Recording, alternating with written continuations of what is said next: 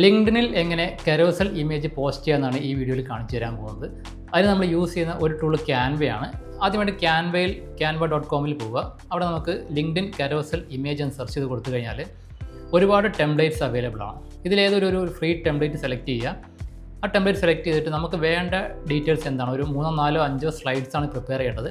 ആ ഡീറ്റെയിൽസ് വേണ്ടത് എൻ്റർ ചെയ്ത് കൊടുക്കുക. ഓരോ സ്ലൈഡും വേണ്ട കാര്യങ്ങൾ എൻ്റർ ചെയ്ത് കൊടുത്ത ശേഷം ഷെയർ ഓപ്ഷനിൽ പോവുക. ഷെയർ ഓപ്ഷനിൽ പോയി കഴിഞ്ഞാൽ ഡൗൺലോഡ് ബട്ടൺ കാണും. ഡൗൺലോഡ് ക്ലിക്ക് ചെയ്തിട്ട് PNG മാറ്റിയിട്ട് PDF സ്റ്റാൻഡേർഡ് എന്നുള്ള ഓപ്ഷൻ ക്ലിക്ക് ചെയ്യുക.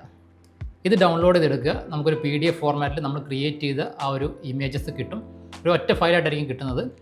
അതിനുശേഷം ലിങ്ക്ഡിനിൽ പോയി കഴിഞ്ഞാൽ സ്റ്റാർട്ട് എ പോസ്റ്റ് എന്നുള്ള ഓപ്ഷനിൽ ക്ലിക്ക് ചെയ്ത് കഴിയുമ്പോൾ ഇവിടെ ഒരു പ്ലസ് ബട്ടണുണ്ട്. പ്ലസ് ബട്ടണിൽ ക്ലിക്ക് ചെയ്ത് കഴിഞ്ഞാൽ ആഡ് എ ഡോക്യുമെൻറ്റ് ഓപ്ഷൻ വരും.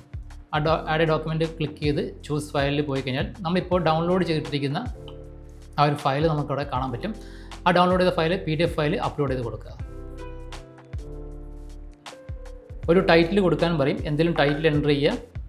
ഡൺ എന്നുള്ള ബട്ടണിൽ ക്ലിക്ക് ചെയ്ത് കഴിയുമ്പോൾ നമുക്കൊരു ഡിസ്ക്രിപ്ഷനോട് ആഡ് ചെയ്ത് കഴിഞ്ഞാൽ, പോസ്റ്റ് ചെയ്ത് കഴിഞ്ഞാൽ നമ്മുടെ പ്രൊഫൈലിനകത്തൊരു കരോസൽ ഇമേജായിട്ട് ആ ഒരു പോസ്റ്റ് വരും.